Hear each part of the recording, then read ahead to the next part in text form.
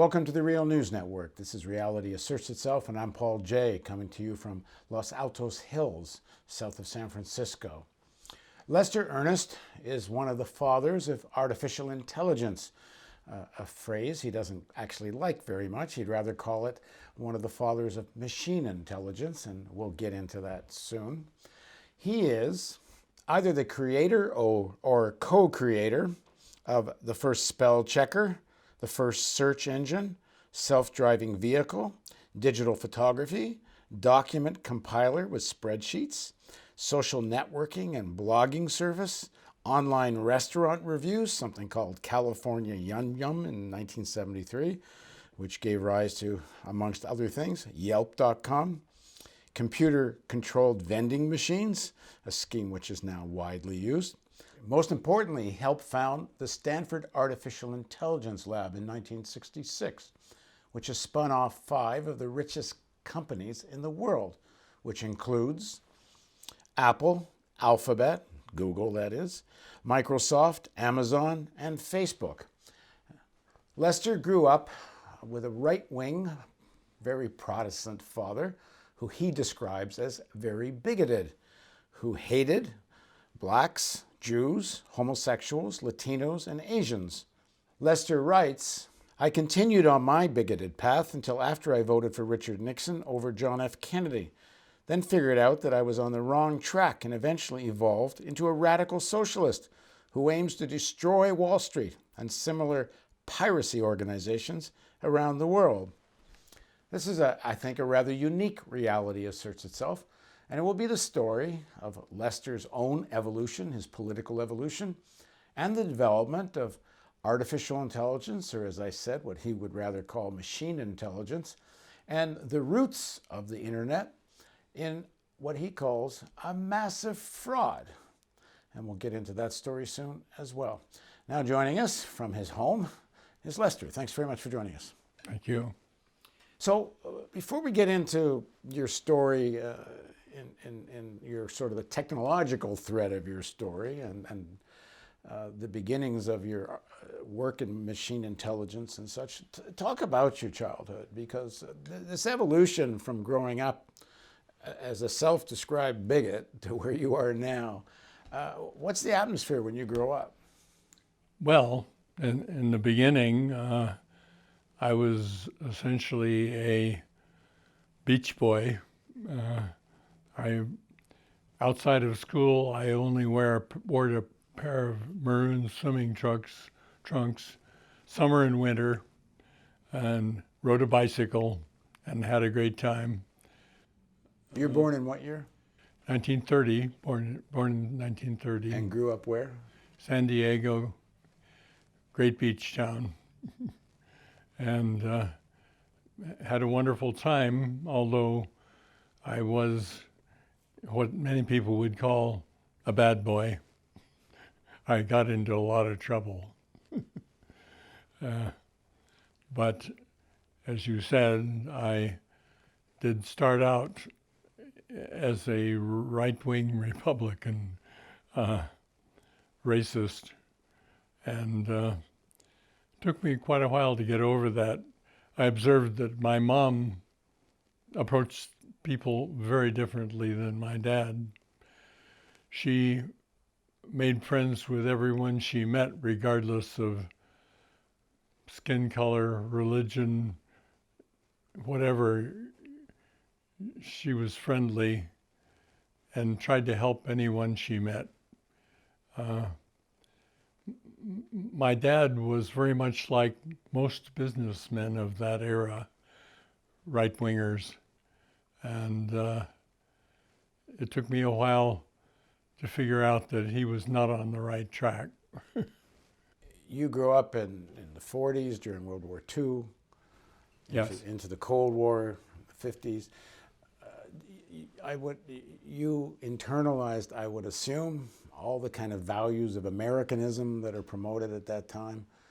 The Cold War's ideas as the war ends and you move into McCarthyism. Would you describe yourself as a believer in Cold War ideas as you joined the armed forces? At that time, yeah. So As you become a teenager, the war is over. By the late 40s, early 50s, the Cold War is in full steam ahead. How would you describe your view of the world, your political view of the world? Well, I was still a Republican, and I'd had a hard time in college in a way. I got into Caltech on a scholarship, but then managed to flunk out twice. But they still let me graduate. And in my senior year, my draft board told me to report for duty in January, which would mean I'd go into the Army, go off to Korea, and that idea didn't appeal to me. My dad had enough political clout that he got them to flush the draft, but I knew I had to serve time. So I started looking around for alternatives and found a Navy program for which I was perfectly suited. You had to have an engineering degree, which I had just received, and poor eyesight. If you had good eyesight, you were not qualified for being a restricted line officer. So I went in and became an aviation electronics officer and ended up in a computer research lab doing simulations of manned aircraft and missiles with computers. This is 1953, 1954. I got to the lab in 54, continued through 56, and the people I was working with were all mathematicians, no electrical engineers, so they didn't know how to deal with a computer. But I rewired it, making it much more efficient, and had a good time playing with it in various ways. I ran various experiments, and then finally got out of the Navy. And in the process, I had learned of advanced computer work going on at MIT that had been supported by the Navy, but then they pulled the plug, and the faculty members at MIT were scratching their heads how they were going to continue with no funding. So they put together a bunch of alternative proposals, some of which made sense, like they proposed building an automated air traffic control system, and they could have done that, but that part of the government wasn't buying. They did manage to sell to the Air Defense Command the idea of a manned bomber defense. And at that time in the Cold War, our country was undergoing strong paranoia about the possibility of an attack by the Soviet Union. Which later turned out to be a crock, but a lot of people believed it. Yeah. Well, they sold this idea and to the Congress, who then... they being MIT sold this. Well, it was more Wall Street, the companies that were going to make a lot of money, together with MIT, convinced them that they should fund this.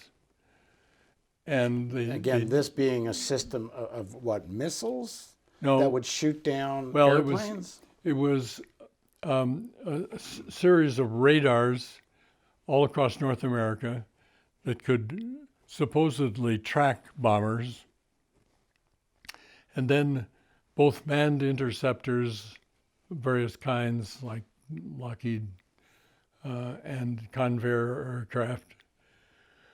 And Boeing had a ground-to-air missile system called the Bomark. And the idea was to then shoot down any incoming bombers. So However, it's essentially a radar system is what was being created at MIT. correct. And you get hired to be part of this. Yes. They hired me specifically to design the guidance and control system for the manned interceptors and missiles that we're going to shoot at the bombers. However, on my first day there, I was assigned to share an office with a fellow who is already working there. This was in MIT's so-called Lincoln Laboratory in suburban Boston. And I asked him what he did. His name was Paul Senesi. He said, in a Boston accent, "I work on radar data." Drop the R from radar and add it to data, which I found amusing. So I said, "Well, what do you do about radar jamming?" And he said, "We don't do that." I thought he was kidding, because if you can't deal with radar jamming, since all bombers since World War II do it, you're out of business as an air defense system. Well, it turns out he was not kidding, as I confirmed shortly. And I kept bringing this up to people in higher levels, and they started holding big conferences trying to figure out a way around this problem with no success. The problem is that with radar jamming, you get lots of radar data coming in, more than the computer can deal with. And so it would just jam up and fail. Well, they carefully avoided this problem. They were giving demonstrations of this system over time, in which they always used bombers that did not use jamming. And of course, the Russian spies who were observing all of this with instrumentation would know that this was a fake system. But they kept it going for 25 years.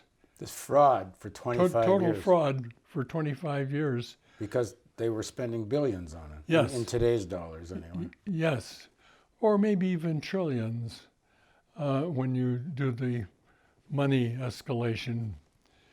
So this is MIT's in on this. Well, but the military must have known too, the people that were buying this stuff. I mean, they're spending the money on it. Yeah, but they don't care. The important thing to them is to have a good life. That is, to have a lot of money to do things with.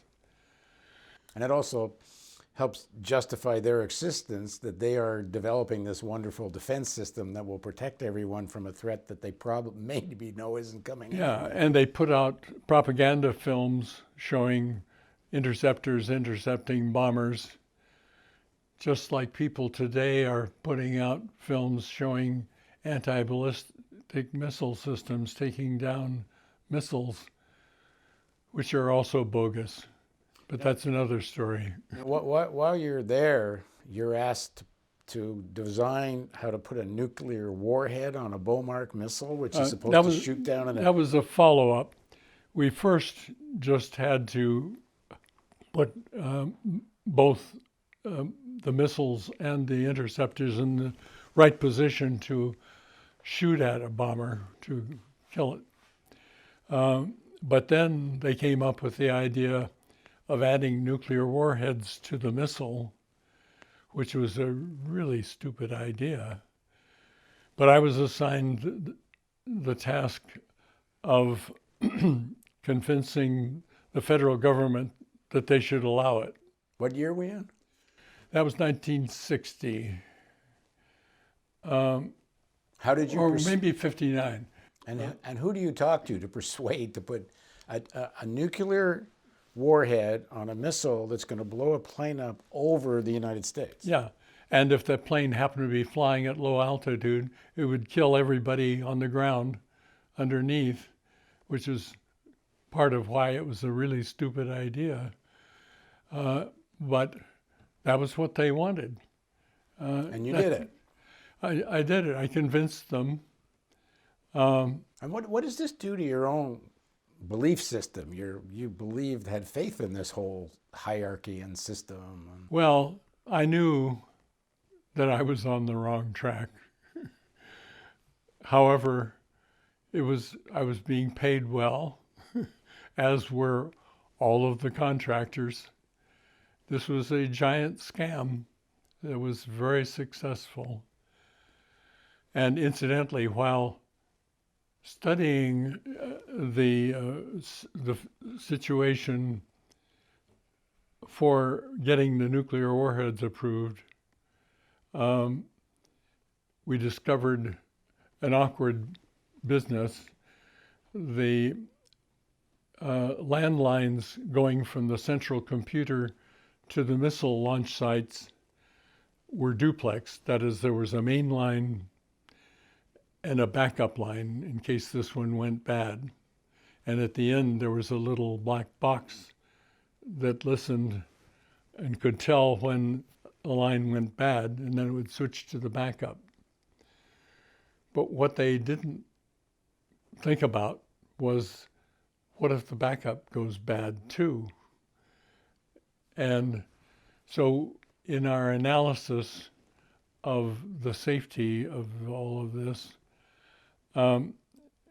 we discovered that if the backup line is also malfunctioning, it would produce random noise, and then the computer would be listening. And so we calculated, on the average, how long would it be before it would see a fire command? And the answer was about 2.5 minutes. The computer that's going to tell the missile to get ready to fire interprets noise on a telephone line in 2 minutes as a command to get ready to fire. Correct. And the thing stands up in the air and gets ready for... That's right. The missile would erect, but we also were able to prove that it had to get a full set of commands before it would launch. Altitude, direction, speed, all that stuff.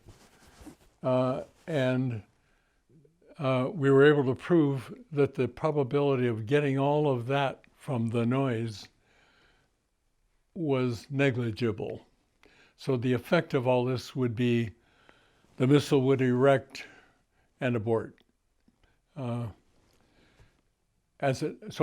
I published a classified report about that titled Inadvertent Erection of the IM-99A. Sounds like a Viagra commercial we're going on. Yeah.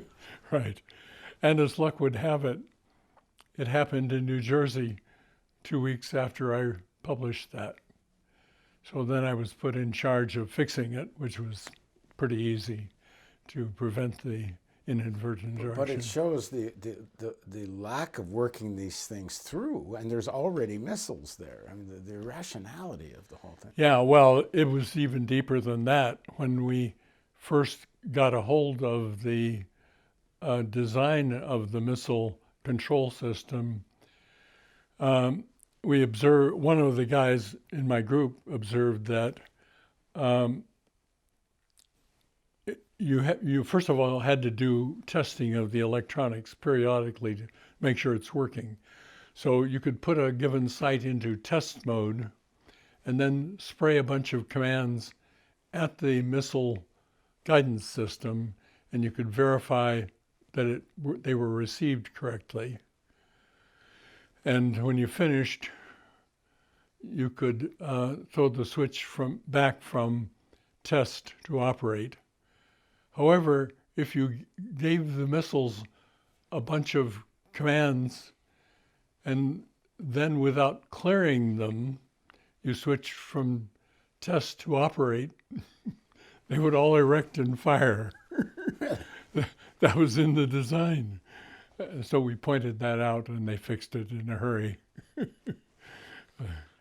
The MIT administration figured out that this thing was a fraud and backed out in 1958 by pushing all of us who were working on it out the door and into a new nonprofit corporation called MITRE. Which continued this work, and Which it continued goes on the for work 25 years. for 25 years, and other frauds as well. All right, in the next segment of our interview with Lester Earnest, we're going to talk about how this enormous fraud actually helped create some of the knowledge that leads to the creation of the internet. Please join us for the continuation of Reality Asserts Itself on the Real News Network.